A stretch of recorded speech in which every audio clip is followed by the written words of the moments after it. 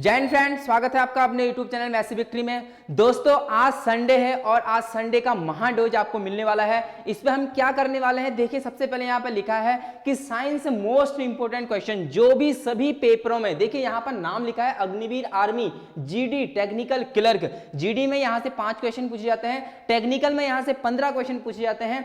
तो देखिए ये क्लास आपके लिए बहुत इंपॉर्टेंट रहने वाली है, क्योंकि यही क्वेश्चन बार बार पेपर वाला क्या करता है, बार बार इन्हीं क्वेश्चनों को पूछता है, क्योंकि इस पे ज्यादा क्वेश्चन है ही नहीं, छोटे छोटे क्वेश्चन होता है। लेकिन जब मैं आपको पढ़ाऊंगा तो एक क्वेश्चन के 4 ऑप्शन होंगे और चारों ऑप्शनों को यहाँ पर बताते हुए चलूंगा कि किसका आंसर क्या होने वाला है। तो आपको क्या करना है, कॉपी और पेन लेके बैठना है और कॉपी और पेन जो जो चीजें मैं लिखाऊंगा वो सारी चीजें नोट करनी है, क्योंकि हर एक संडे को आपको, देखिए मैंने बोला था रीजनिंग की क्लास भी मैं यहाँ पर डालूंगा, मैंने बोल रखा था कि मैं यहाँ पर साइंस की क्लास भी डालूंगा और जीएस की क्लास भी कुछ ना कुछ आपको यहाँ पर मिलती रहेगी। तो आज संडे है इसलिए मैंने यहाँ पर काफी ज्यादा क्वेश्चन रखे हुए हैं, क्लास लंबी रहने वाली है और आप लोगों का क्लास में आने का तभी फायदा होगा जब आप अंत तक वीडियो जरूर देखेंगे, क्योंकि शुरुआत तो सभी लोग कर लेते हैं लेकिन जीतता वही है जो अंत तक बने रहता है। या अगर आपका कुछ भी क्वेश्चन हमसे हो तो आप हमारे व्हाट्सएप नंबर पर, इस नंबर पर एसएमएस कर सकते हैं कि सर इसका आंसर क्या होगा।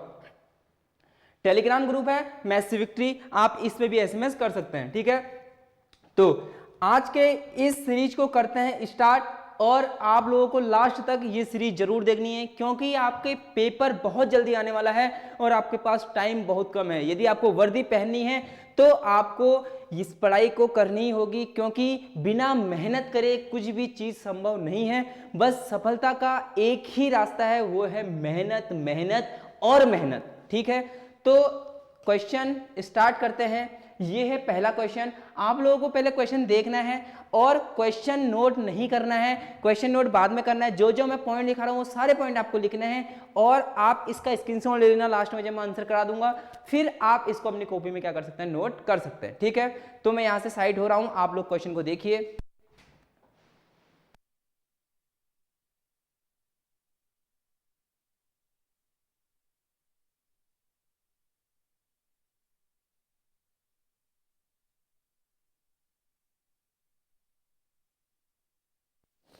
ठीक है, आपने क्वेश्चन पढ़ लिया होगा। देखिए क्या कह रहा है क्वेश्चन में, देखते हैं।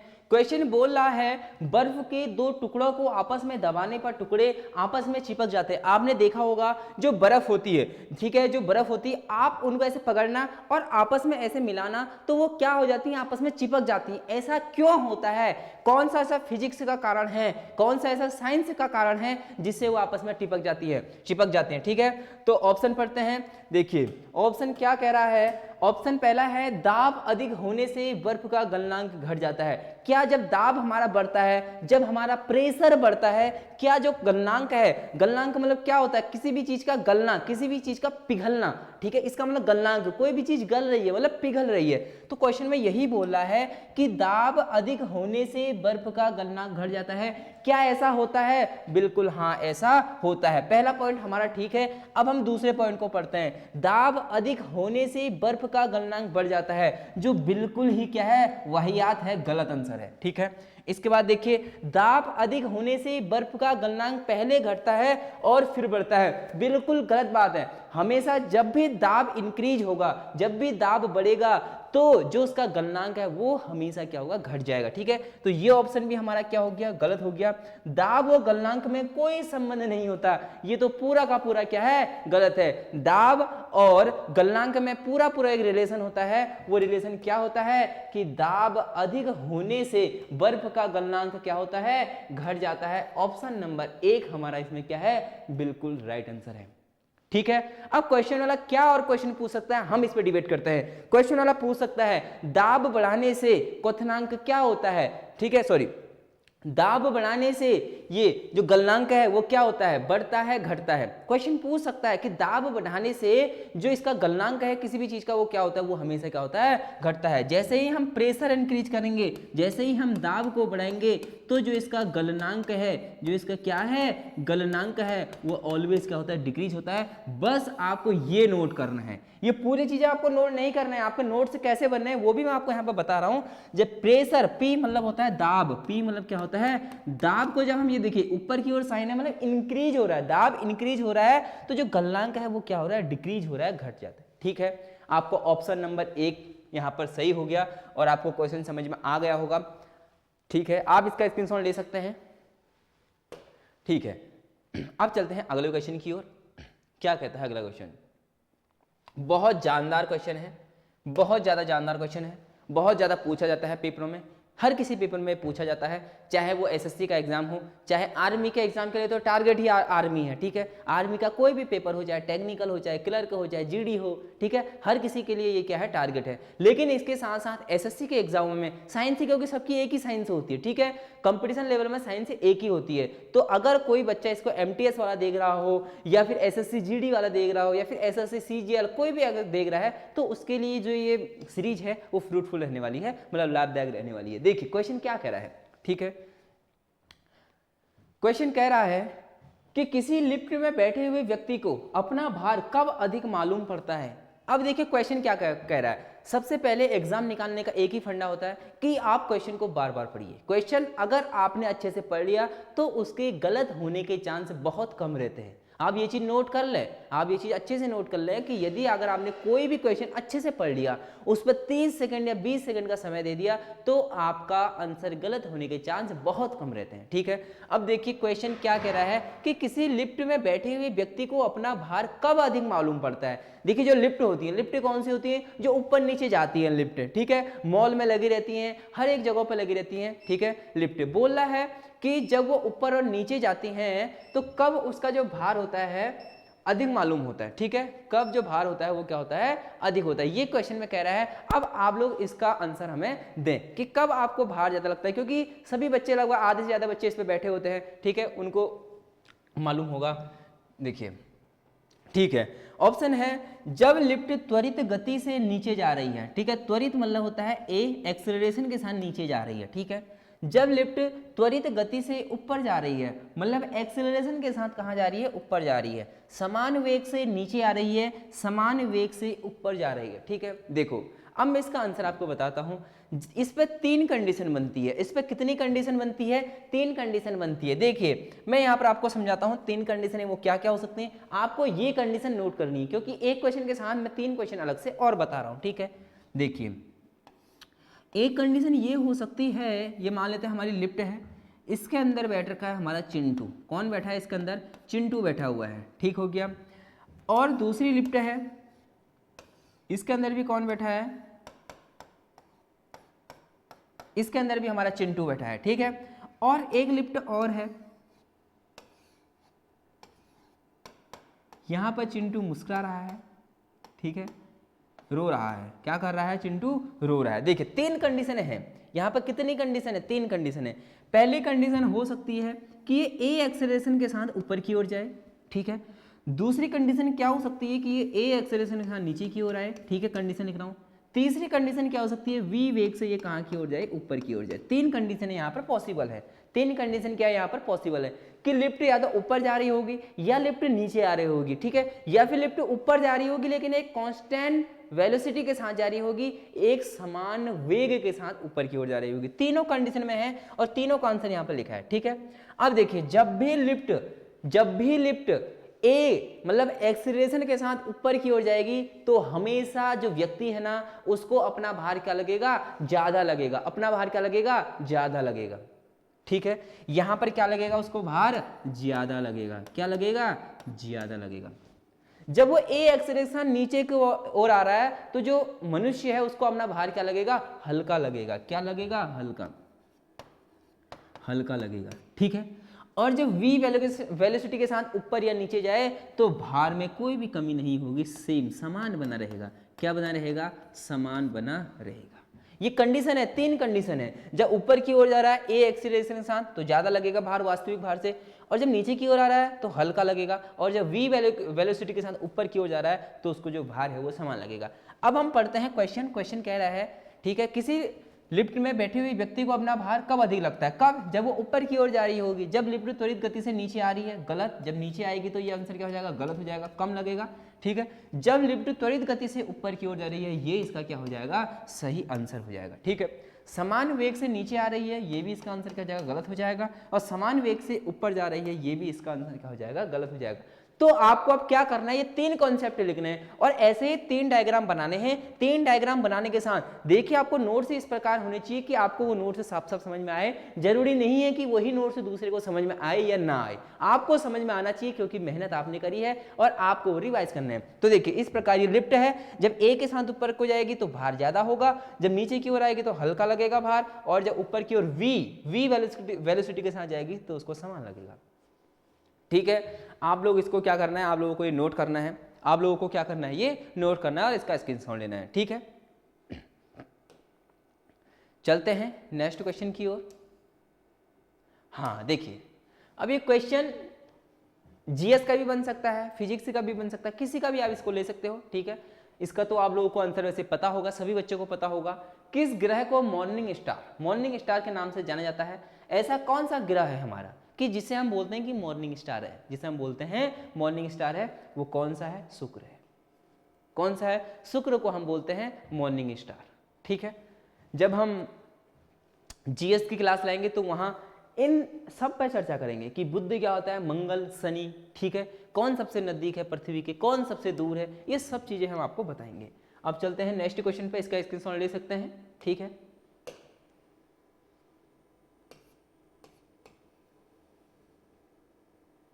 देखिए बोल रहा है क्वेश्चन, आपको क्वेश्चन पहले पढ़ना है अच्छे से, क्वेश्चन आपको अच्छे से पढ़ना है।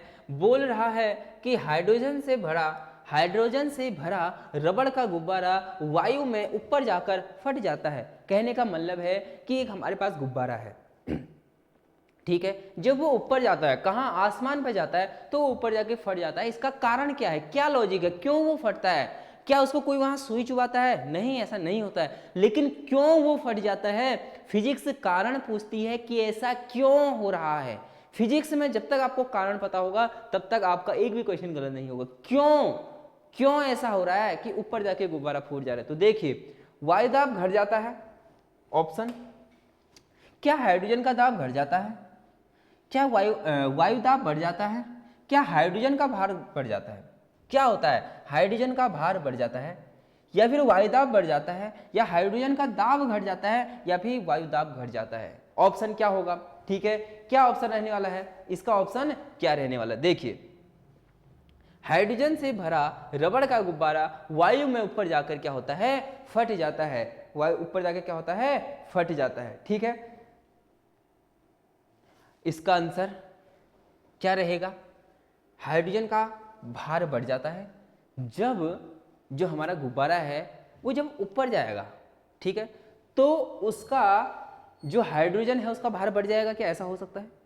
या फिर ऊपर जाने पे वायुदाब क्या होता है? घट जाता है। आप बताइए क्या कंडीशन रहती है? ठीक है, देखिए इसका जो आंसर है, जैसे ही हमारा जो गुब्बारा है, ठीक है, जैसे ही जो हमारा गुब्बारा है वो ऊपर जाता है तो उसका जो हाइड्रोजन का भार क्या होता है, वो क्या होता है? इंक्रीज हो जाता है। क्या हो जाता है? इंक्रीज हो जाता है। तो इसका आंसर रहने वाला है ए। इसका आंसर क्या रहेगा? ए रहेगा। आप लोगों को स्क्रीनशॉट ले लेना है। ठीक है,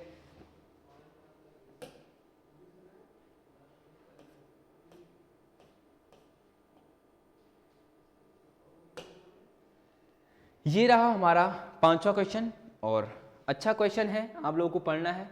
ठीक है, अगर आपको नहीं दिख रहा है तो अब आपको अच्छे से दिख रहा होगा। ठीक है, माध्यम के तापमान में वृद्धि के साथ प्रकाश की गति, ठीक है, बोल रहा है जो प्रकाश है, जो लाइट है, उसकी गति, स्पीड, उसकी जो गति है उसमें क्या फर्क पड़ता है? माध्यम के तापमान में वृद्धि।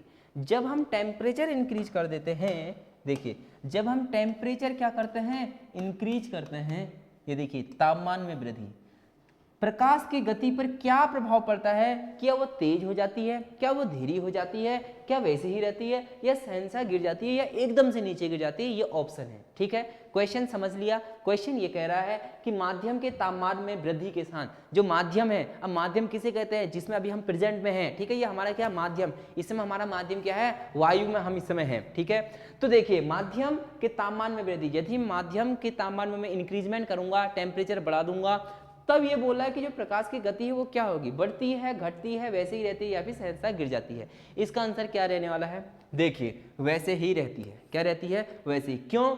जो प्रकाश है उस वो माध्यम पर निर्भर नहीं करती। ये पॉइंट आप नोट करना है कि जो प्रकाश है, प्रकाश की गति, ये नोट करना है आपको, प्रकाश की गति माध्यम पर निर्भर नहीं करती, माध्यम पर निर्भर नहीं करती। बात समझ में आई? जो प्रकाश है ना उस वो माध्यम पर निर्भर करती ही नहीं है। मतलब कोई सा भी आप माध्यम ले आइए, चाहे आप एयर ले आइए, चाहे आप वाटर ले आइए, कुछ भी आप माध्यम ले आइए, तो ये माध्यम पर निर्भर ही नहीं करती है। जब ये माध्यम पर निर्भर ही नहीं करती तो टेम्परेचर बढ़ाओ या फिर टेम्परेचर कम करो, कोई भी फर्क नहीं पड़ने वाला है, वैसे ही रहती है जैसे वो पहले थी। ठीक है, ठीक हो गया, इसको आप नोट कर लें। ये लाइनें, जो ये चीज मैं लिखा रहा हूं ना, ये चीज बहुत इंपॉर्टेंट है और पेपरों में यही बार बार पूछा जाता है। देखिए मैं बहुत समय से यहाँ पर पढ़ा रहा हूँ, और जब पढ़ा रहा हूँ तो मुझे पता है कि क्वेश्चन कहाँ से पूछे जाते हैं। मैं कुछ भी क्वेश्चन उठा के नहीं लाया हूँ। ये पीपीटी, ये पीडीएफ भी मैंने ही खुद तैयार करी है, किसी से तैयार नहीं करा रखी है। इसके पीछे कारण यह है, अगर मैं किसी को भी तैयार करने के लिए देता तो कुछ भी क्वेश्चन उठा के डाल देता, लेकिन ये क्वेश्चन मैंने ही उठाए हुए हैं, मैंने ही पीडीएफ बनाई हुई है। तो आप सोच सकते हैं कि ये कितना जरूरी आपके लिए होगा कि ये मैंने बनाई हुई है। मतलब सारे क्वेश्चन इंपॉर्टेंट हैं। अगर आपने पेपर दिया हुआ है तो आपको पता होगा कि ऐसे ही क्वेश्चन पूछे जाते हैं। ठीक है, अगला क्वेश्चन क्या कहता है, देखिए ये है अगला क्वेश्चन। ठीक है, यंग प्रत्यास्थता गुणांक का एसआई। ठीक है, अब हम थोड़ी सी चर्चा करेंगे कि ये एसआई मात्रक क्या है।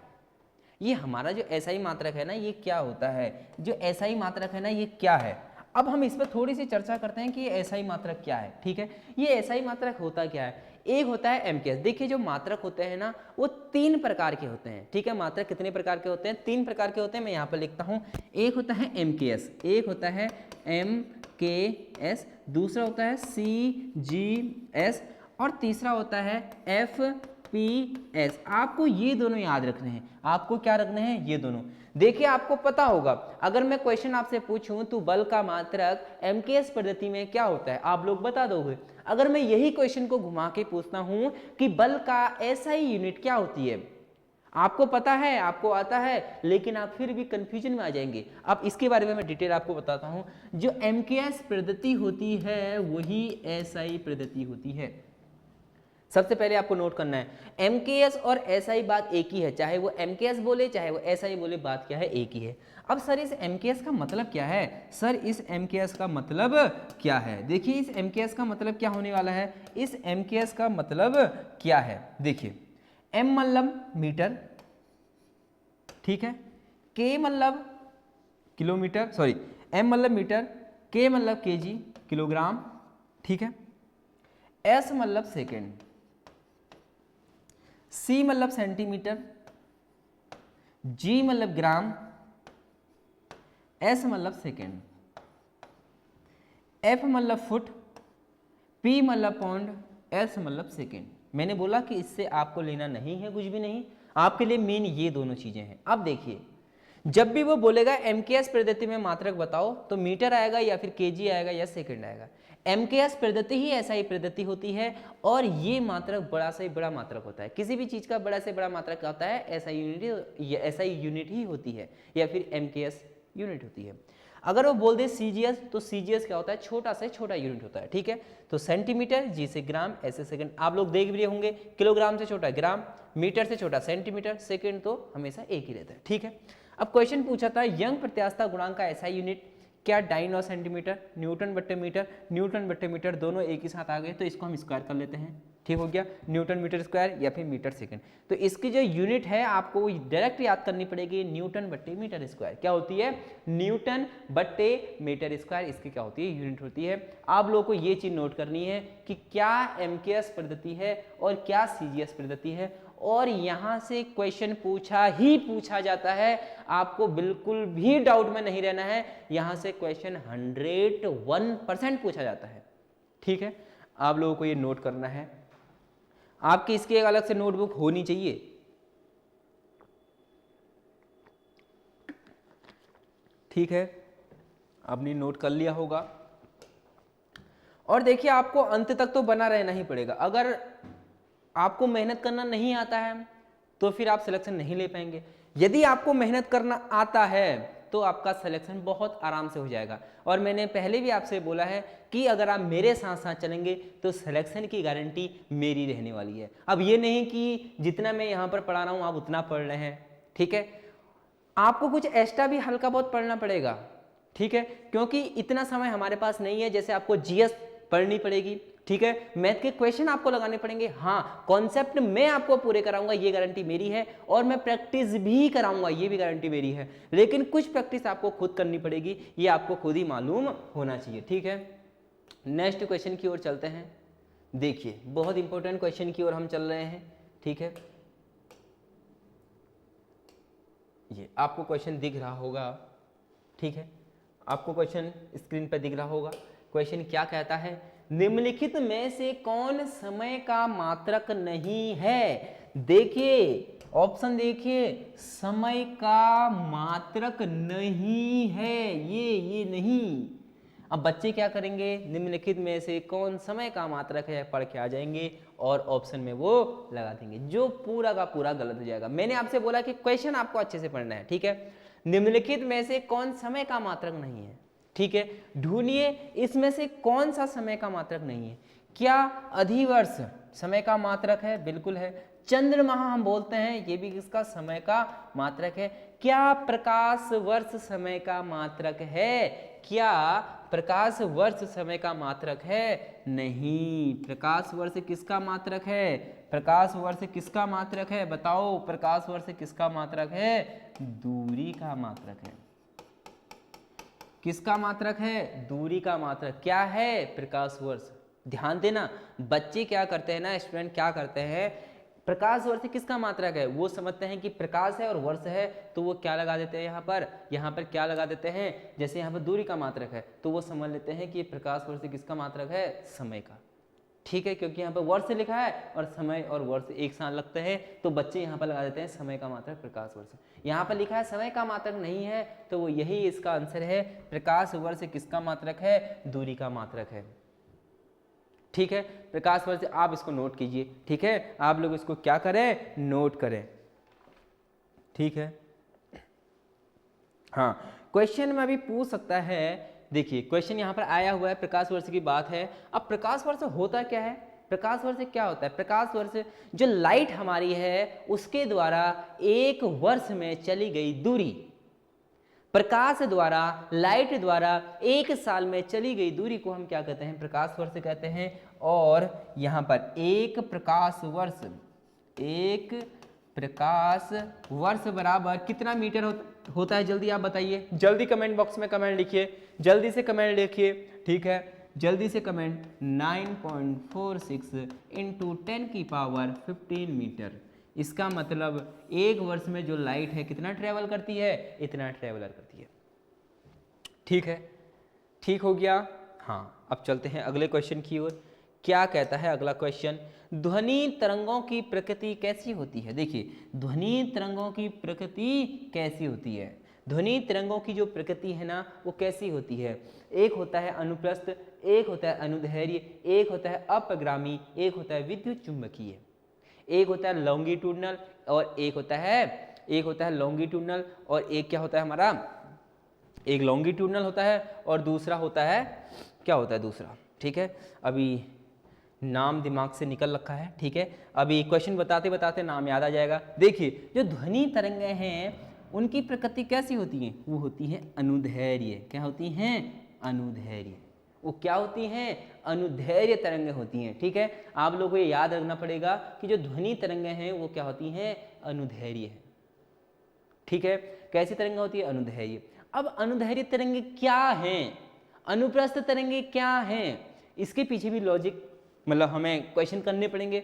देखिए, क्वेश्चन किस प्रकार से पूछा जाता है कि जो पानी होता है, ठीक है, पानी के जो ऊपर होता है ना, ऐसे से पानी बहता है, ठीक है, जब पानी ऐसे से बहता है तो पूछता है वो कौन सी तरंग है, पानी के अंदर कौन सी तरंग है। ये सारे क्वेश्चन पूछे जाते हैं, जो आने वाली वीडियो में हम इनको आपको अच्छे से क्या करेंगे? समझा देंगे, ठीक है।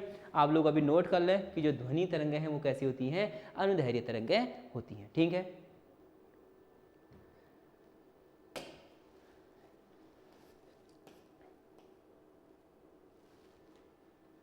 यहाँ ये डायरेक्ट क्वेश्चन है, ठीक है। अगर आपको आता है तो आप करोगे, यदि आपको नहीं आता है तो आप नहीं करोगे। हाइड्रोजन बम को किसने विकसित किया था? जो हाइड्रोजन बम है हमारा, जो हाइड्रोजन बम है वो किसने बनाया था, क्वेश्चन पूछ रहा है। तो इसका आंसर है answer number C, Edward Taylor.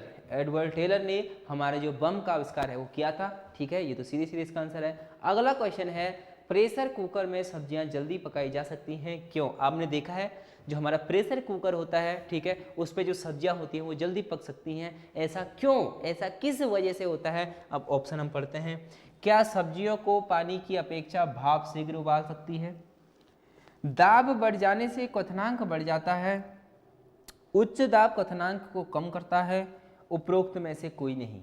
अब देखिए, सब्जियों को पानी की अपेक्षा भाप शीघ्र उबालता है, ऑप्शन बिल्कुल गलत, नहीं उबालता है, ठीक है।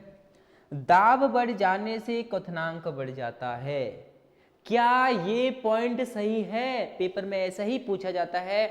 बताइए, जब हम प्रेशर या दाब इंक्रीज करते हैं तो जो क्वथनांक है उस पर क्या फर्क पड़ेगा? वो घट जाएगा, वो बढ़ जाएगा, या समान बना रहेगा? इनमें से कोई नहीं। आपको ये चीज, छोटी छोटी चीजें मैं आपको बता रहा हूं, तो आप नोट कीजिए। जब दाब बढ़ता है, जब पी को हम इंक्रीज करते हैं, जब हम दाब को इंक्रीज करते हैं, तो जो हमारा क्वथनांक है, जो क्या है, क्वथनांक है, जो हमारा क्या है, क्वथनांक है, जो हमारा क्या है, क्वथनांक, ये देखिए क्वथनांक है, वो क्या होता है, वो भी बढ़ जाता है, ठीक है। दाब बढ़ जाने से क्वथनांक क्या होता है, बढ़ जाता है। ये स्टेट, ये आपके नोट्स होने चाहिए, ये आपके नोट्स हैं रियल वाले, ये आपके रियल वाले नोट्स हैं। अगर किसी ने इससे पहले पेपर दिया था तो आप उससे साफ साफ पूछ सकते हैं, क्या ये पेपरों में पूछे जाते हैं? वो बंदा कहेगा पूछे नहीं जाते हैं, ये भर भर के पूछे जाते हैं। मतलब यही तो पूछा जाता है पेपरों में कि दाब बढ़ाने से क्या इंक्रीज होगा। इससे पहले हमने आपको और बताया था कि जब हम प्रेशर इंक्रीज करते हैं तो जो गलनांक है, जो गलनांक है वो क्या होता है, घट जाता है। ये आपके नोट से तैयार हो रहे हैं धीरे धीरे, बुनियाद आपकी तैयार हो रही है। बाद में देखना आपकी जो बुनियाद है ना एकदम क्या होगी, बहुत ज़्यादा मजबूत होगी। तो इसका आंसर क्या हो जाएगा, बी, कि जब हम दाब बढ़ जाने से क्वथनांक क्या होता है, बढ़ जाता है। इसी वजह से जो खाना है वो क्या होता है, जल्दी बन जाता है, ठीक है। आप लोग को ये नोट करना है और इसके बाद स्क्रीनशॉट इसका आप ले सकते हैं, ठीक है। अब हम चलते हैं, देखिए क्वेश्चन है, रडार का उपयोग निम्नलिखित में से किसके लिए किया जाता है, ठीक है। रडार क्या होता है, ठीक है। रडार का उपयोग हम क्यों करते हैं? सौर विकिरण का पता लगाने के लिए, जहाज़ों, वायुयानों आदि को ढूंढने व मार्ग निर्देशन करने के लिए, गिरोहों को देखने के लिए, भूकंपों की तीव्रता का पता करने के लिए। इसका आंसर डायरेक्ट होगा। जो रडार लगा होता है वो जहाज में लगा होता है, ठीक है। जो पानी वाले हमारे जहाज होते हैं उस पर क्या लगा रहता है, रडार लगा रहता है। तो जहाज ये है, जहाज़ों, वायुयानों आदि को ढूंढने एवं मार्ग निर्देशन करने के लिए क्या होता है, रडार का उपयोग किया जाता है। सीधा सा इसका आंसर हो गया आंसर नंबर बी। अब हम इस पे चलते हैं, ठीक है। अब इसका डी ऑप्शन नहीं दिख रहा है तो हम थोड़ा सा इसको ऊपर की ओर करते हैं और देखते हैं इसका डी ऑप्शन क्या है, ठीक है। देखिए ये है, क्वेश्चन है, जल के आयतन में क्या परिवर्तन होगा यदि तापमान 9 डिग्री से गिराकर, ठीक है, 3 डिग्री कर दिया जाता है, ठीक है। ये कह रहा है पानी के जो आयतन, पानी का जो आयतन है उसमें क्या चेंज आएगा, उसमें क्या चेंज आएगा जब उसका टेम्परेचर, ठीक है, कम कर दिया जाता है, 9 डिग्री से 3 डिग्री कर दिया जाता है। मतलब आयतन, ठीक है, आपको पता होगा आयतन क्या होता है, आयतन, और बोल रहा है 9 डिग्री से 3 डिग्री कर दिया जाता है उसका टेम्परेचर, तापमान 9 से 3 पर आ जाता है। तो बोल रहा है क्या परिवर्तन होगा? आयतन में कोई परिवर्तन नहीं होगा जी, बिल्कुल नहीं, ऐसा तो नहीं हो सकता है। जब हम टेम्परेचर को कम करेंगे तो जो उसका आयतन है, जो उसका वॉल्यूम है, उस पर चेंजेज आएंगे, बिल्कुल आएंगे, ठीक है। गलत बात है, आयतन पहले बढ़ेगा और बाद में घटेगा, बिल्कुल गलत बात है। आयतन पहले घटेगा और बाद में बढ़ेगा, बिल्कुल सही बोल रहा है। आयतन पहले घटेगा और बाद में क्या हो जाएगा, बढ़ जाएगा। इसके पीछे भी लॉजिक है। जब आप देखिए, अब मैं आपसे एक क्वेश्चन पूछता हूँ, कि आप क्या करें, एक बोतल में पानी भर के फ्रीजर के अंदर रख दें, ठीक है। जब आप रख देंगे, क्या उस पानी का आयतन बढ़ेगा? क्या उस पानी का आयतन बढ़ेगा? बिल्कुल आयतन उसका बढ़ जाएगा, बिल्कुल आयतन क्या होगा, उसका बढ़ जाएगा। ऐसा क्यों होता है? ऐसा क्यों होता है? आप बताइए ऐसा क्यों होता है? पहला आयतन बढ़ेगा, अब ऐसा आयतन आयतन हमेशा बढ़ जाता है, ठीक है, ऐसा क्यों होता है? देखिए आपने जब पानी की बोतल फ्रिज पर रखी तो देखना वो बोतल क्या हो जाती है, फूल जाती है। जब उसको 4-5 दिन आप रख देना तो बोतल का साइज क्या होता है, फूल जाता है। इसका मतलब उसका आयतन क्या हो जाता है, बढ़ जाता है, ठीक है। टेम्परेचर जब हम बढ़ाते हैं या घटाते हैं तो जो आयतन है उस पर चेंज आते हैं, ये आपको पता होना चाहिए। लेकिन चेंज कैसे आते हैं, जैसे ही हम टेम्परेचर को कम कर देंगे तो जो उसका आयतन है पहले तो घटेगा और बाद में उसका आयतन क्या हो जाएगा, बढ़ जाएगा। बाद में उसका आयतन क्या हो जाएगा, बढ़ जाएगा, ये आपको पता होना चाहिए, ठीक है। आप लोग इसका स्क्रीनशॉट ले लें, ठीक है।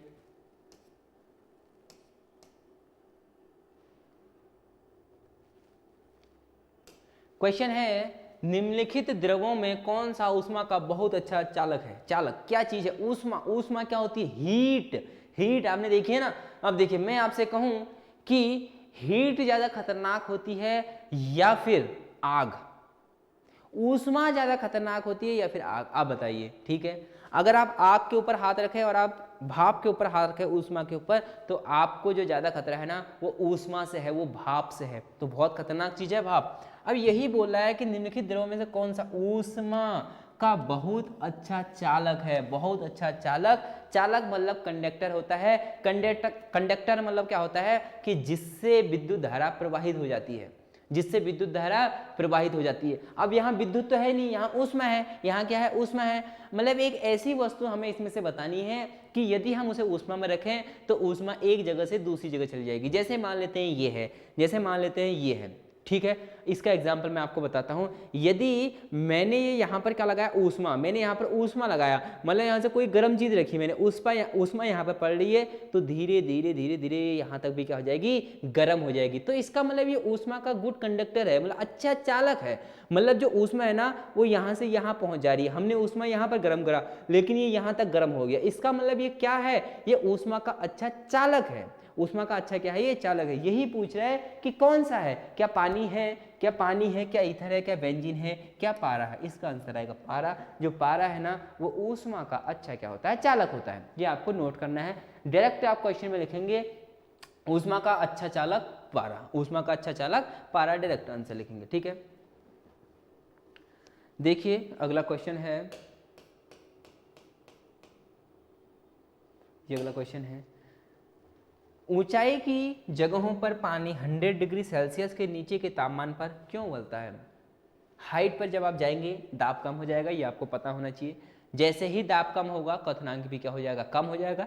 क्योंकि दाब के बढ़ने पर क्वथनांक बढ़ता है तो दाब के घटने पर भी क्वथनांक क्या हो जाएगा, कम हो जाएगा, ठीक है। ये छोटी छोटी चीजें मैं बार बार बोल रहा हूँ ताकि आपको इसी क्लास में याद हो जाए, ठीक है। इसी वजह से लिखा भी रहा हूँ। ऊंचाई की जगहों पर 100 डिग्री सेल्सियस के नीचे तापमान पर क्यों उबलता है? इसका सीधा सा कारण है क्योंकि वायुमंडलीय दाब कम हो जाता है, बिल्कुल कम हो जाता है। जब हम ऊंचाई पर जाते हैं तो हमारी सांसें फूलने लगती है, हमारी सांस क्या होती है, फूलने लगती है। ऐसा क्यों? दाब कम हो जाता है।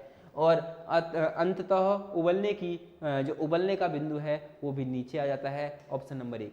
देखो मैंने आपसे कह रखा है कि अगर आपको छोटी छोटी चीजें बताऊंगी ना, क्वेश्चन निकालने में बिल्कुल आपको सेकंड भी नहीं लगेगा, ठीक है। सीधे सीधे यहाँ पर लिखा था कि वायुमंडलीय दाब कम हो जाता है। आपको पता होना चाहिए कि हाइट पे जाने पर जो दाब है वो कम हो जाता है क्योंकि गुरुत्वाकर्षण कम होता है।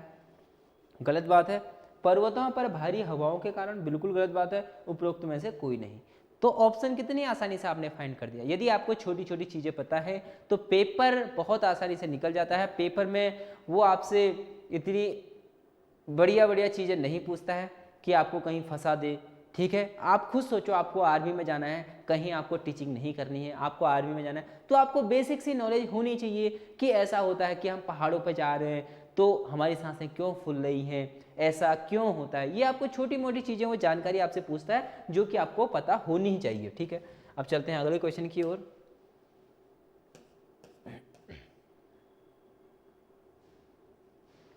ठीक है, क्वेश्चन कह रहा है सूर्य में ऊर्जा का निरंतर सृजन किस कारण से होता है, ठीक है। देखिए आपको क्लास में तो अंत तक बना रहना है क्योंकि आज संडे है और संडे के दिन मैंने आपसे बोला था कि महामैराथन चलने वाली है और आपको पढ़ने में मजा भी आ रहा होगा, ठीक है। क्योंकि फिजिक्स है, क्यों कैसे हमें अपने डेली लाइफ की चीजें तो पता होनी ही चाहिए, ठीक है। इसी वजह से पढ़ने का कुछ मज़ा भी अलग ही है। और संडे के दिन है, सब जने घूम रहे हैं, लेकिन आप लोग पढ़ रहे हैं और आपका ये पढ़ा हुआ जल्द ही साकार होने वाला है। मात्र 40 दिन अब बचे हुए हैं, तो आपके लिए बहुत फायदे की सीरीज है। अभी आप सब कुछ छोड़ दीजिए, घूमना फिरना सब कुछ बंद कर दीजिए, क्योंकि अगर आपने 2 महीने अगर 40 दिन अच्छे से पढ़ लिया तो वर्दी आपको जरूर मिलेगी। अगर आपने मेहनत करी है तो आपको वर्दी मिलेगी। आप मेरे साथ साथ मेहनत करते रहिए। मैं आपसे हमेशा ये बोलता हूँ कि कंटेंट बहुत अच्छा है, आपको बिल्कुल भी टेंशन लेने की जरूरत नहीं है। बस हाँ, जो मैं पढ़ा रहा हूँ आप रेगुलर स्टूडेंट अगर मेरे रहेंगे तो सिलेक्शन 101% होगा। लेकिन एक भी क्लास आपको मिस नहीं करनी है। अगर आपने एक क्लास में मिस कर दी ना तो मैं उसकी गारंटी नहीं लेता हूँ। हाँ, अगर किसी स्टूडेंट ने बिल्कुल एक्यूरेसी के साथ अगर मेरी क्लास ली है तो 101% मैं दावे के साथ कह सकता हूँ कि सिलेक्शन होगा ही होगा, पर रेगुलरिटी उसके अंदर जरूर होनी चाहिए। क्वेश्चन कह रहा है सूर्य में ऊर्जा का निरंतर सृजन होता है, वो किस कारण से होता है। देखिए, अब 2 प्रकार होता है, एक होता है ऊर्जा का संलयन, एक होता है नाभिकीय संलयन, एक होता है नाभिकीय विखंडन। ठीक है, अब मैं 2 चीजें आपको बता देता हूँ। संलयन मतलब क्या होता है, संलयन, ठीक है, संलयन मतलब क्या होता है, संलयन मतलब होता है 2 चीजों का जुड़ना। ठीक है, 2 चीजों का जुड़ना, जुड़ना, 2 चीजों का जुड़ना होता है संलयन। विखंडन मतलब होता है टूटना, 2 चीजों में टूटना, 2 चीजों में टूटना।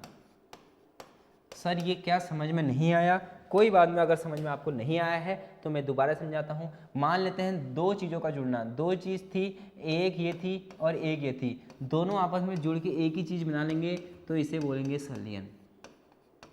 बात समझ में आ गई। एक चीज़ हमारे पास थी, बड़ी चीज़ थी, ठीक है, ये टूट के क्या हो गई, 2 चीज़ों में चेंज हो गई, तो इसे ही हम बोलेंगे विखंडन। क्या बोलेंगे, विखंडन। इसे हम क्या बोलेंगे, विखंडन। अब क्वेश्चन कह रहा है कि सूर्य में ऊर्जा का निरंतर सृजन होता है, तो वो किस कारण से होता है, नाभिकीय संलयन हमेशा सूर्य में होता है। नाभिकीय संलयन के कारण ही क्या होता है, ऊर्जा का क्या होता है, निरंतर सृजन होता है। इसका ऑप्शन नंबर ए। आप लोगों को ये नोट करना है, ये चीज़ आपको पता होनी चाहिए कि संलयन क्या होता है और विखंडन क्या होता है। ठीक है, आप लोगों ने नोट कर लिया होगा। अब चलते हैं अगले क्वेश्चन की ओर। ठीक है, बोल रहा है एक समान शुष्क सेल में विद्युत अपघट्य होता है। ये क्वेश्चन केमिस्ट्री का यहाँ पर आ गया है, तो अगर केमिस्ट्री का क्वेश्चन आ गया तो इसको भी हम सॉल्व कर लेते हैं। इसका आंसर है अमोनियम क्लोराइड, डायरेक्ट इसका आंसर यही होगा, कुछ भी चेंजेस इसमें नहीं आएंगे। क्वेश्चन आएगा एक समान शुष्क सेल। शुष्क सेल क्या होते हैं आपको पता होने चाहिए। कौन से सेल, जो हमारे टॉर्चों में सेल पड़े रहते हैं। विद्युत अपघट्य होता है अमोनियम क्लोराइड, इसका फॉर्मूला होता है NH4Cl। NH4Cl अमोनियम क्लोराइड का फॉर्मूला होता है। पेपर में डायरेक्ट पूछ सकता है अमोनियम क्लोराइड का फॉर्मूला बताओ, NH4Cl। ठीक है, तो आपको नोट करना है, आपको क्या करना है, नोट करना है, आपको क्या करना है, नोट करना है। ठीक है,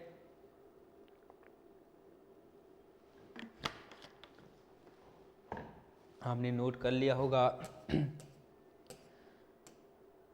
फिर से एक क्वेश्चन जो बिल्कुल ही डायरेक्ट है, आपको डायरेक्ट पता चल जाएगा। क्या कह रहा है, टेलीविजन का आविष्कार किसने किया था। ठीक है, टेलीविजन का आविष्कार किसने किया था, J.L. वेयर ने किया था, ये आपको पता होना चाहिए। ठीक है, J.L. वेयर ने इसका आविष्कार किया था।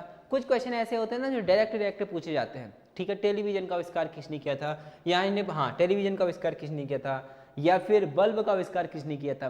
तो छोटी छोटी चीजें आपको पता होनी चाहिए, तो ये आपको डायरेक्ट इसका आंसर मिलेगा, आपको नोट करना है। ठीक है, अगला क्वेश्चन है। ठीक है, अगला क्वेश्चन क्या है, ये तो बच्चों को पता होगा, ज़्यादातर बच्चों को पता होता है कि सूर्य ग्रहण कब होता है। बोलते हैं ना सूर्य ग्रहण लग रहा है, चंद्र ग्रहण लग रहा है। ये ग्रहण, ये चंद्र ग्रहण, सूर्य ग्रहण क्या चीज़ें हैं, थोड़ा सा इसको समझते हैं। ठीक है, जब देखिए हमारे पास 3 चीज़ें हैं, हमारे पास क्या है, 3 चीज़ें हैं, एक चीज़, 2 चीज़, 3 चीज़। ठीक है, मान लेते हैं ये सूर्य है, मान लेते हैं ये क्या है, सूर्य है। ठीक है, और ये क्या है, पृथ्वी है, ये क्या है, पृथ्वी है, ये क्या है, पृथ्वी। जब सूर्य और पृथ्वी के बीच में, जब सूर्य और पृथ्वी के बीच में क्या आ जाता है, चंद्रमा आ जाता है। क्या आ जाता है, चंद्रमा आ जाता है तो इसे हम क्या बोलते हैं, सूर्य पर ग्रहण लग गया बोलते हैं। क्या बोलते हैं, सूर्य पर क्या लग गया है, ग्रहण लग गया है। क्या लग गया है, ग्रहण। दूसरा ऑप्शन है सूर्य चंद्रमा और पृथ्वी के बीच आता है, इसको क्या बोलते हैं, चंद्र ग्रहण बोलते हैं। पृथ्वी चंद्रमा और सूर्य के बीच में आती है, ये कोई ऑप्शन ही नहीं है, तो इसका आंसर नंबर ए है। इसका आंसर नंबर क्या है, ए। चंद्रमा जो है ना सूर्य और पृथ्वी के बीच में आ जाता है। अब ऑप्शन ऐसे मत पढ़ना, ऑप्शन को पढ़ने का तरीका होता है। कुछ लोग अभी पता है क्या पढ़ेंगे, चंद्रमा बीच में आ रहा है तो देखिए वो ऑप्शन क्या करेंगे, देखिए वो ऐसे पढ़ेंगे, चंद्रमा सूर्य और पृथ्वी के बीच आ जाता है। ऑप्शन को पढ़ना है, यहाँ पर देखिए कॉमा लगा है, यहाँ पे क्या लगा है, कॉमा लगा है। जो चंद्रमा है वो सूर्य और पृथ्वी के बीच में आ जाता है तो उसे हम क्या कहते हैं, सूर्य ग्रहण कहते हैं। इस प्रोसेस को क्या कहते हैं, सूर्य ग्रहण कहते हैं। सूर्य ग्रहण हम इसे कहते हैं। ये आपको नोट करना है, ठीक है। ये चीज आपको जल्दी से नोट करनी है। आपने नोट कर लिया होगा, अगर नहीं करा है तो आप स्क्रीनशॉट ले सकते हैं इसका। बच्चों वाला क्वेश्चन है, लेकिन ये बच्चों वाले क्वेश्चन पर बहुत लोग फंसेंगे। इसका जवाब दो मुझे कमेंट बॉक्स में, इसका जल्दी से आप आंसर दीजिए। कार्य का मात्रा कौन सा है, जल्दी से ऑप्शन। बहुत बढ़िया, ठीक है, आंसर आ रहे हैं आप लोगों के, अच्छी बात है। आप कनेक्टेड हैं हम लोग हमसे, अगर आप कनेक्ट रहेंगे तो आपका ही फायदा इसमें होने वाला है। कार्य का मात्रक कौन सा है, कार्य का मात्रक है जूल। कार्य का मात्रक क्या है, जूल।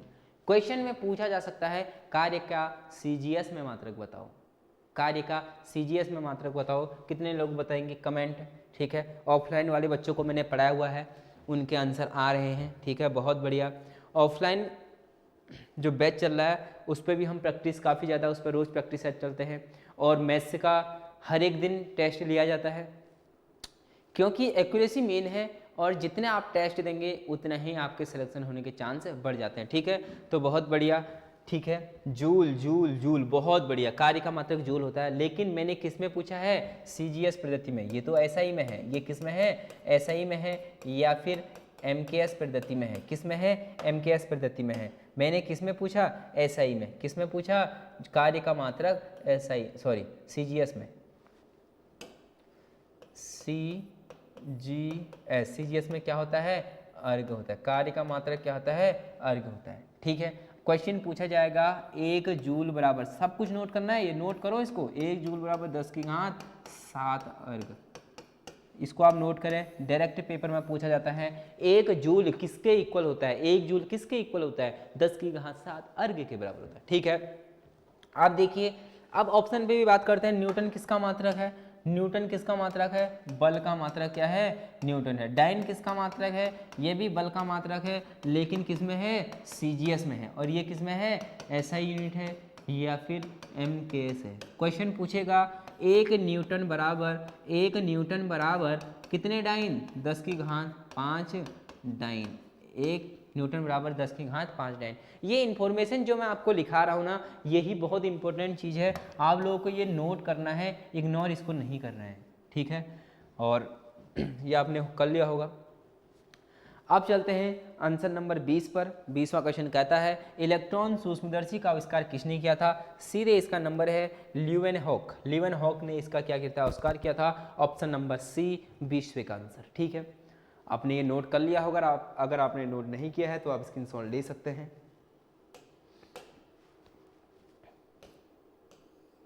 निम्नलिखित में से एक आवेश रहित है। आवेश रहित मतलब जिस पर आवेश नहीं होता है, ठीक है, जिस पर आवेश नहीं होता है। आप लोगों को दिख रहा होगा, शायद थोड़ा सा आप लोगों को नहीं दिख रहा है, अब आप लोगों को क्लियर दिख रहा होगा। देखिए, अब थोड़ा सा हम स्पीड अपनी बढ़ाएंगे, ठीक है, थोड़ी सी स्पीड बढ़ाएंगे क्योंकि टाइम बहुत हो रहा है। वैसे ये महामैराथन है, इस पर 40 क्वेश्चन है, और अगर मैं ऑप्शन को भी करा रहा हूँ तो 60 से 70 क्वेश्चन बन जाते हैं, जो कि आपके लिए बहुत हेल्प करने वाले हैं। देखिए, निम्नलिखित में से कौन सा आवेश रहित है, जिस पर आवेश नहीं होता है। इलेक्ट्रॉन पर माइनस का चार्ज होता है, प्रोटॉन पर प्लस का चार्ज होता है। उपरोक्त में से कोई नहीं, तो आंसर सी बचा। न्यूट्रॉन पर चार्ज नहीं होता है, इस पर कौन सा चार्ज होता है, 0 होता है। ये न्यूट्रल होता है, एक उदासीन होता है। आवेश रहित है, या यहाँ पर कह देगा उदासीन है, उदासीन, या बोल सकता है उदासीन, मतलब जिस पर कोई भी आवेश नहीं है, ठीक है, ये आपको पता होगा। पानी का अधिकतम घनत्व किस तापमान पर होता है? बहुत इंपॉर्टेंट क्वेश्चन है, बहुत ज़्यादा इंपॉर्टेंट क्वेश्चन है, बहुत ज़्यादा इंपॉर्टेंट क्वेश्चन है। पानी का जो अधिकतम घनत्व होता है ना, वो प्लस का 4 डिग्री सेल्सियस होता है। क्या होता है? 4 डिग्री सेल्सियस इसका आंसर है। आप लोगों को ये क्वेश्चन बहुत ज़्यादा इंपॉर्टेंट है, नोट करना है, इसको क्या करना है? नोट करना है। पानी का अधिकतम घनत्व 4 डिग्री सेल्सियस पर होता है, ये आपको नोट करना है और आप लोग इसका स्क्रीनशॉट ले सकते हैं। ठीक है,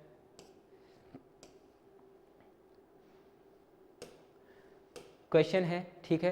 क्वेश्चन कह रहा है नाभिक की द्रव्यमान संख्या। अब मैं थोड़ा सा इसकी डिटेल आपको बताऊंगा, थोड़ी सी डिटेल बताऊंगा, पहले आप इसकी डिटेल जान लें। मान लेते हैं हमारे पास क्या है, एक जैसे कि मान लेते हैं हमारे पास जो परमाणु क्रमांक है, कुछ भी ले लेते हैं, 6 और 12 ले लेते हैं, 6C12, ठीक है।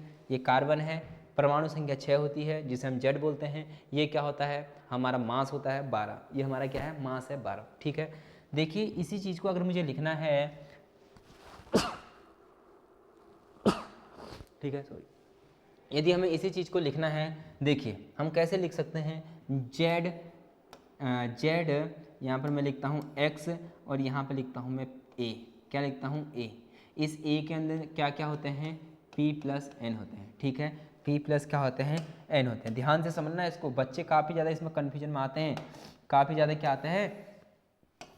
कन्फ्यूजन में आते हैं। अभी इसको मैं यहाँ लिखता हूँ और इसको यहाँ पर लिखता हूँ। बच्चे काफ़ी ज़्यादा कन्फ्यूजन में आते हैं, इसको ध्यान से समझना आप लोग, एकदम मैं इसको डिटेल में बताने वाला हूँ, ठीक है। यह है x, ठीक है। कोई भी हमारा तत्व हो सकता है, कोई भी हमारा यहाँ पर जो परमाणु हो सकता है। ये z क्या है? z है परमाणु क्रमांक। क्या है?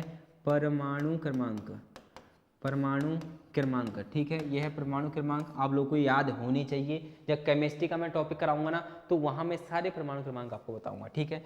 a क्या होता है? यहाँ पर मास होता है। क्या होता है? मास, ठीक है। ये n क्या है? n है हमारा न्यूट्रॉन। n क्या है? न्यूट्रॉन है। n क्या है? न्यूट्रॉन है। p क्या है? प्रोटॉन है। p क्या है? प्रोटॉन है। p क्या है? प्रोटॉन है, ठीक है। p क्या है? प्रोटॉन है और n क्या है? न्यूट्रॉन है। अब हम इस पर समझते हैं, थोड़ी सी इस पर चर्चा करते हैं कि कब हमारा क्या होता है। जो परमाणु, किसी भी परमाणु में कोई भी हमारा संख्या है, कोई परमाणु है जो उसमें परमाणु क्रमांक और प्रोटॉनों की संख्या आपस में क्या होती है? इक्वल होती है। जितने प्रोटॉन होते हैं उतने ही इलेक्ट्रॉन भी होते हैं। ये चीज़ आपको याद करनी है कि किसी भी परमाणु में प्रोटॉनों की संख्या, इलेक्ट्रॉनों की संख्या और परमाणु क्रमांक हमेशा तीनों इक्वल होते हैं। जेड, पी और ई तीनों क्या होते हैं? इक्वल होते हैं, ठीक है। ए क्या होता है? इसका मास है, ठीक है। पी, अब देखो मैं आपसे क्वेश्चन में पूछना चाहूँगा, जैसे ये था, इसमें जेड कितना है? परमाणु कितना, क्रमांक कितना है? 6 है। इसमें इलेक्ट्रॉन कितने हैं? सर आपने कहा था कि तीनों इक्वल होते हैं तो इलेक्ट्रॉन भी 6 हैं, तो पी कितना है? प्रोटॉन कितने हैं? सर वो भी कितने होंगे? 6 होंगे। तो बताओ इसका मास कितना होगा? मास तो ये पूरा होगा, मतलब ए कितना है? इसका मास कितना है? 12 है। मास कितना है? 12। सर अब ये बताओ, मैंने कहा न्यूट्रॉन कितना है, मैंने कहा न्यूट्रॉन कितना है, तुमने बोल दिया कि सर ए 12 है। ए कितना दिया हुआ है? 12 दिया है। और पी कितना दिया है? 6 दिया है। तो ए हमें 12 दे रखा है, बराबर पी हमें 6 दे रखा है, एन निकालना है। तो एन बराबर भी क्या आ गया? 6 यहाँ पर क्वेश्चन में आ गया। ये न्यूट्रॉन है तो एन भी कितना हो गया? 6। तो क्वेश्चन में वो कुछ भी पूछ सकता है, आपको रट्टा मार के नहीं जाना है, चीज़ों को समझना है, क्लियर करना है कि कैसे कैसे चीज़ें होती हैं। ये चीज़ मैंने आपको बताई कि जेड बराबर ए प्लस, ठीक है, पी प्लस एन होता है, मतलब जेड इक्वल टू ए होता है और ए बराबर पी प्लस एन होता है, ठीक है। और अगर आपको किसी भी चीज़ का ये न्यूट्रॉन निकालना है तो आप सीधे निकाल कितना होगा। इन दोनों के बीच डिफरेंस कितना था? 6 का डिफरेंस था। और देखिए ये भी हमारा क्या रखा है? 6 ही आ रखा है, ठीक है। तो इसका आंसर क्या हो जाएगा? इसका आंसर है ए। डायरेक्ट नाभिक की द्रव्यमान संख्या न्यूक्लियनों की संख्या की क्या होती है? बराबर होती है, ठीक है। अब देखिए आपको ये नोट करना है, ये बहुत इंपॉर्टेंट चीज़ है, ये केमिस्ट्री में भी आती है, ये फिजिक्स में भी आती है, लेकिन है इंपॉर्टेंट चीज़। अब देखिए अगला क्वेश्चन क्या है? रेडियो सक्रियता की इकाई क्या है, ठीक है। रेडियो सक्रियता की इकाई हमारी क्या होती है? आप लोगों को ये पता होगी, इस पर किसी को डाउट नहीं होना चाहिए। ये है क्यूरी। रेडियो सक्रियता की जो इकाई है वो होती है क्यूरी। क्या होती है? क्यूरी। आप लोगों को ये नोट करना है, ठीक है। इसका स्क्रीनशॉट ले लें और बाद में इसको नोटबुक पर क्या करें? नोट करें।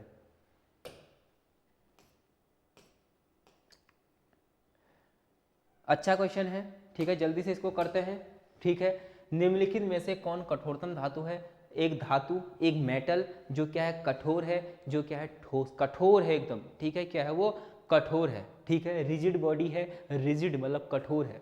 निम्नलिखित में से कौन कठोरतम धातु है बताइए? क्या सोना कठोर है, क्या लोहा कठोर है, क्या सीसा कठोर है, क्या प्लेटिनम? एक प्लेटिनम ऐसी धातु है जो सबसे कठोर होती है। प्लेटिनम एक ऐसी धातु है जो सबसे कठोर होती है। अगर प्लेटिनम सबसे कठोर होती है तो सबसे हल्की धातु कौन सी होती है? ठीक है, सबसे हल्की धातु क्या है? सबसे हल्की धातु है कौन सी है? Lithium, Li। परमाणु क्रमांक होता है इसका 3।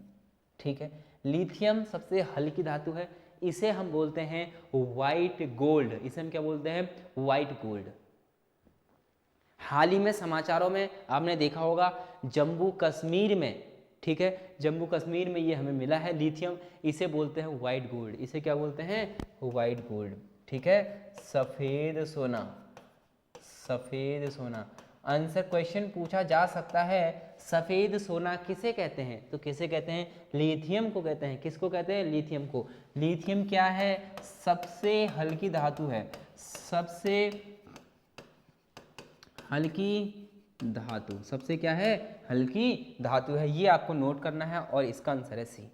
अगला क्वेश्चन है, प्रकाश वर्ष किसकी इकाई है? हमने आपको स्टार्टिंग में ही बता दिया था कि प्रकाश वर्ष किसकी मात्रक है? एक प्रकाश, किसका मात्रक है? ओ प्रकाश, गलत। प्रकाश वर्ष किसकी इकाई है? दूरी, दूरी, दूरी। प्रकाश वर्ष किसका मात्रक है? दूरी का मात्रक है।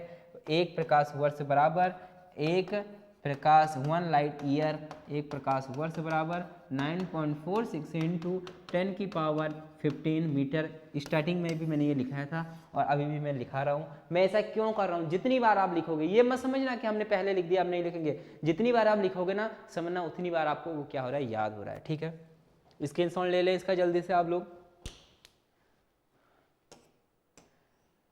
पारसेक इकाई है, जो पारसेक है वो किसका मात्रक है? ये तो अब आपको याद होना चाहिए। पारसेक किसका मात्रक है? पारसेक किसका मात्रक है? पारसेक दूरी का मात्रक है, दूरी का सबसे लंबा मात्रक। ठीक है, पारसेक दूरी का सबसे बड़ा मात्रक, दूरी का सबसे बड़ा मात्रक, दूरी का सबसे बड़ा मात्रक क्वेश्चन में पूछेगा तो क्या कहोगे? दूरी का सबसे बड़ा मात्रक क्या होता है? पारसेक होता है। क्या होता है? पारसेक होता है। ठीक है, ऑप्शन नंबर ए इसका सही है। अब देखिए, मात्रकों की अंतर्राष्ट्रीय पद्धति कब लागू की गई? जो मात्रक हमारे थे ना, ये मात्रक हमारे दूरी का मात्रक, मीटर, पारसेक, किसका मात्रक होता है, तो ये सब कब लागू किए गए? इसका आंसर है ऑप्शन नंबर बी, 1971 में। इसका ऑप्शन है 1971, option number B, option number B 1971। ठीक है, अब चलते हैं अगले क्वेश्चन की ओर। जो हमारी ये सीरीज है काफ़ी अच्छी चल रही है और हम अब सीरीज के लास्ट पड़ाव पर है। मात्र 10 क्वेश्चन और बचे हुए हैं और आपने जो ये वीडियो देखी ना, आपका जो ये धैर्य था देखने लायक था, क्योंकि ये देख के पता चलता है कि आपका वर्दी पाने का कितना ज़्यादा जुनून है। यही चीज़ देख के पता चल जाती है। ठीक है, आप लोग जो भी लास्ट तक बना रहा है, मतलब वो सिद्धस्त वर्दी को पाने के लिए तैयार है और वर्दी के लायक भी है, क्योंकि वो मेहनत करना जानता है। तो आप निरंतर बस पढ़ते रहिए, लास्ट में जब रिजल्ट आ जाएगा तो बताना कि सर हुआ कि नहीं हुआ। अभी हम कुछ नहीं कह रहे हैं। ठीक है, विद्युत मात्रा, विद्युत धारा की मात्रा हमें बतानी है। ये तो आपको पता होगी, विद्युत धारा की मात्रा क्या होता है? एम्पियर होता है। विद्युत धारा का मात्रक क्या होता है? एम्पियर होता है, जिसे हम ए से लिखते हैं। ओम किसका मात्रक है? प्रतिरोध का मात्रक। प्रतिरोध का मात्रक क्या है? ओम है। प्रतिरोध का मात्रक क्या है? ओम। ठीक है, कूलाम किसका मात्रक है? आवेश का मात्रक क्या होता है? कूलाम होता है। ठीक है, एसआई पद्धति में लेंस की शक्ति का मात्रक डायोप्टर होता है। लेंस की शक्ति का जो मात्रक होता है ना, वो क्या होता है? डायोप्टर होता है। क्या होता है? डायोप्टर। ये यहाँ पे लिखा है, एसआई पद्धति में लेंस की शक्ति का मात्रक क्या होता है? डायोप्टर होता है। ठीक है, अब ये आपको याद करनी होंगी क्योंकि यहाँ से क्वेश्चन तो बनते हैं, अब हम स्किप तो नहीं कर सकते हैं। ठीक है, अब देखिए क्या है, डेसिबल किसे मापने के लिए प्रयोग में लाया जाता है? खून की हीमोग्लोबिन को नापने के लिए क्या जाता है? क्या पेशाब में शक्कर को नापने के लिए क्या आता है, वायु में कण को नापने के लिए क्या आता है, या फिर वातावरण में ध्वनि? जो वातावरण में ध्वनि होती है ना उसको किसके द्वारा नापते हैं, डेसिबल के द्वारा। यहाँ से ना क्वेश्चन पूछा जाता है, बहुत इंपॉर्टेंट है। मैं क्या करूँगा ना, बाद में जो एक अगली वीडियो लाऊंगा तो उस पर सारे नाम लिख दूंगा कि हम जो वातावरण की ध्वनि है उसको किससे नापते हैं, ठीक है, प्रकाश को किससे नापते हैं, ठीक है, मतलब बहुत सारी चीज़ें हैं। किस चीज़ को हम किससे मेजरमेंट करते हैं वो मैं अगली क्लास में आपको बता दूंगा, ठीक है। संडे के दिन ही वो क्लास चलने वाली है, क्योंकि बाकी जो 7 दिन चलने 6 दिन हमारी क्लासेस चलेगी ना वो चलेगी मैथ्स की, और मैथ्स में ना आप गर्दा उड़ा दोगे। ऐसा मैथ्स आपको पढ़ाया जाएगा ना, आप भी कहोगे सर इससे पहले ऐसी मैथ्स नहीं हमने पढ़ी थी। आप बस क्लास में आइए, आपका काम है क्लास में आने का, पढ़ने का, मजे बिल्कुल एकदम मजे से होके पढ़ना है, टेंशन तो लेनी नहीं है, टेंशन तो लेनी ही नहीं है। अगला क्वेश्चन, निम्नलिखित युग्म में से कौन भौतिक राशि के समान विमीय सूत्र है? विमीय सूत्र अभी मैं आपको नहीं करा रहा हूँ, ठीक है, क्योंकि विमीय सूत्र ना थोड़े से अलग हैं, आपको पहले समझाने पड़ेंगे तभी आपको समझ में आएंगे। और मैं कोई भी क्वेश्चन आपको रटा नहीं रहा हूँ। अगर आपको क्वेश्चन है, अगर आपको इसका आंसर आता है तो इसका आंसर आप किस में देना है, आपको कमेंट बॉक्स में जरूर देना है, ठीक है। कमेंट बॉक्स में इसका आंसर आपको जरूर देना है कि इसमें से कौन से ऐसे मात्रक हैं जो बीमाहीन है, ठीक है, समान बीमा है, जिसकी दोनों की बीमा क्या होती है, समान होती है, ठीक है। अब आपको ये करना है। वैसे अगर मैं ऑप्शन बताऊं तो इसका आंसर मेरे हिसाब से सी हो सकता है। आवेग और संवेग का जो मात्रक है वो सेम ही होता है, जब मात्रक सेम है तो उसके विमीय सूत्र भी सेम होंगे, ठीक है। लेकिन फिर भी आपको इसका आंसर करना है जरूर से, भूलना नहीं है बिल्कुल। और अब हमारे लास्ट 3 पेज और रह गए हैं। अब देखिए, निम्नलिखित में से कौन सी अविमीय राशि है जिसकी बीमा नहीं होती है?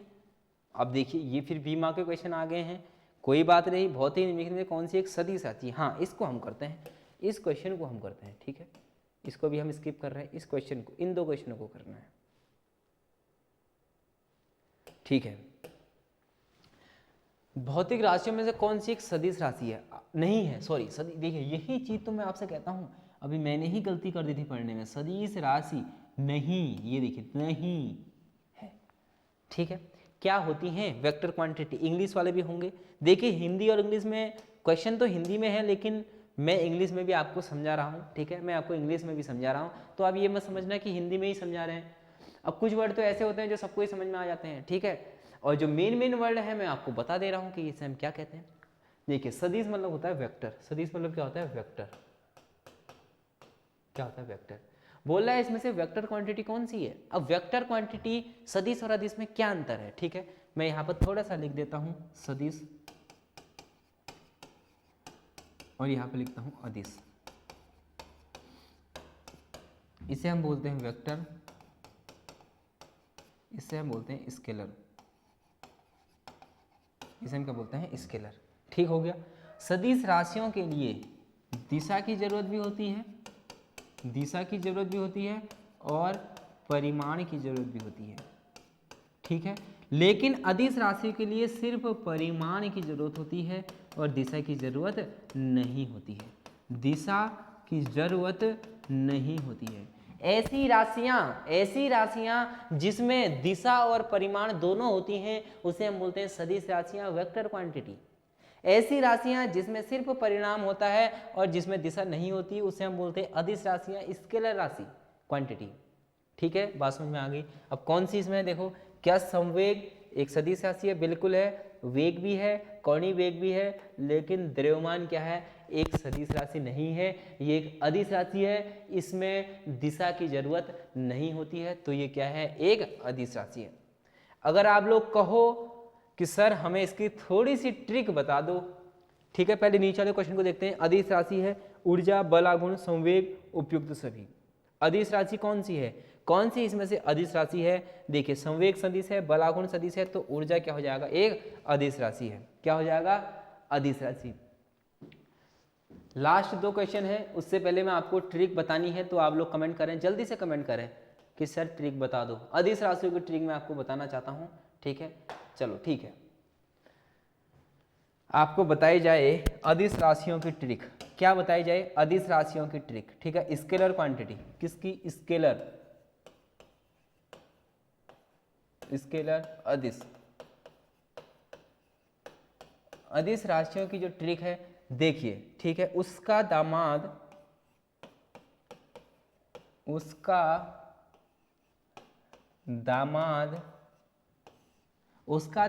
आता है, उसका दामाद स्पीड से आता है, उसका दामाद स्पीड से आता है, उसका दामाद स्पीड से आता है और करंट लगा के जाता है, और करंट लगाकर जाता है। आपको हंसी आ रही होगी, ठीक है, हंस लो, हंसने में कुछ नहीं जा रहा है, लेकिन याद भी करना है। ये अदिश राशियां हैं सारी, कुछ प्रमुख अदिश राशियां मैंने यहाँ पर दिखा दी हैं। उसका दामाद स्पीड से आता है और करंट लगाकर जाता है। ट्रिक क्या है, देखिए, उसका मतलब ऊर्जा, अभी मैंने बताया था ऊर्जा एक अदिश राशि है, ठीक है। दाब, मास मतलब द्रव्यमान, ठीक है। स्पीड मतलब चाल, ठीक है। देखिए, और क्या, करंट मतलब विद्युत धारा, और क्या है बताइए, ठीक है। और अभी पहले इनको आप नोट करो, ठीक है। अभी आप इनको पहले क्या करो, जल्दी से इनको आप क्या करना है, आपको ये नोट करना है, ठीक है। आपको ये क्या करना है, नोट करने हैं, ठीक है। और क्या हो सकता है, 100 से समय, कौन से कार्य, ठीक है, उसका दामाद स्पीड से आता है और करंट लगाकर जाता है, ठीक है। करंट विद्युत धारा, एल से लंबाई, ठीक है। आ से आयतन, ठीक है। इसको काट दो, से को, इसका कोई भी यहाँ पर काम नहीं है, ठीक है, इसका कोई भी काम नहीं है। इतनी चीजें आपने लिख ली हैं, ठीक है, इतनी चीजें आपने लिख ली हैं। तो ये हमारी कुछ ऐसी राशियां हैं जो क्या है, अदिश है, जो क्या है, अदिश है। अब एक बार आप फिर से ट्रिक देख ले अदिश राशियों को याद करने की। उसका दामाद स्पीड से आता है और करंट लगाकर जाता है। देखिए, करंट लगा जाता है, उसका ऊ से ऊर्जा, 100 से समय, का से कार्य, दा से दाब, एम से मास मतलब द्रव्यमान, दाब मतलब होता है प्रेशर, क्या होता है, प्रेशर होता है, ठीक है। समय मतलब हो गया टाइम, ऊर्जा मतलब हो गया एनर्जी, ऊर्जा मतलब एनर्जी, कार्य मतलब वर्क, ठीक है। चाल मतलब स्पीड, आयतन मतलब वॉल्यूम, वॉल्यूम, ठीक है। लंबाई मतलब लेंथ। ये ट्रिक है किसकी, अदिश राशियों की। आपको ये नोट करनी है, आपको ये क्या करनी है, नोट करनी है, अच्छे से नोट करनी है, ठीक है। अब इसके अलावा पेपर में नहीं पूछा जाएगा, ठीक है। लगभग सारी इसमें आ गई है कि उसका दामाद स्पीड से आता है और करंट लगाकर चले जाता है, भाग जाता है। ये है ट्रिक, आपको ये ट्रिक नोट करनी है और याद करनी है, ठीक है। कैसी लगी ट्रिक, जल्दी जल्दी से बता दो आप। अब हम अपने क्वेश्चन पर लौटते हैं। अब देखिए, अब आपके क्वेश्चन गलत नहीं होने चाहिए। निम्नलिखित में से कौन सी राशि सदिश नहीं है, कौन सी राशि सदिश नहीं है, मतलब अदिश है, कौन सी राशि अदिश है। अभी मैंने आपको बताया था, उसका दामाद स्पीड से आता है और भागकर जाता है, ठीक है। ऊपर एक जगह आयतन आया था, तो आयतन क्या है, एक अदिश राशि है। जब सदिश नहीं है तो वो अदिश ही होगी, अदिश यही है। और बाकी ये सारी क्या है, सदिश राशियां हैं, वेक्टर क्वांटिटी हैं। ये क्या है, सदिश हैं, वेक्टर हैं। निम्नलिखित में से सदिश राशि कौन सी सदिश है, क्या द्रव्यमान सदिश है, क्या समय, क्या लंबाई, नहीं, वे क्या है, सदिश राशि है। देखो यहां पर, देखो ना आप लोग, ये देखो,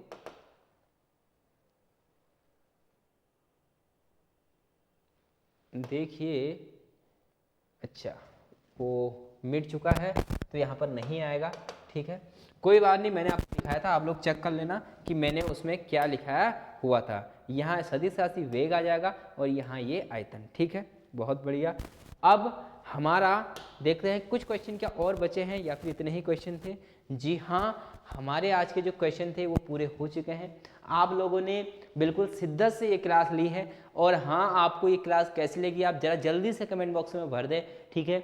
जब वीडियो एंड हो जाएगी इसके बाद कमेंट में आपको ज़रूर लिखना है कि क्या आपको कुछ नया चीज़ सीखने को मिला। और हाँ, मैं आपसे बार बार बोल रहा हूँ कि क्वेश्चन पेपरों में यही पूछे जाते हैं, इसके अलावा कुछ भी नहीं आते हैं। और हाँ, अगर आपको वर्दी चाहिए तो आपको पढ़ना ही पढ़ना पड़ेगा, आपको नोटबुक बनानी ही पड़ेगी और ये सारी चीज़ें नोट करनी पड़ेगी, ठीक है।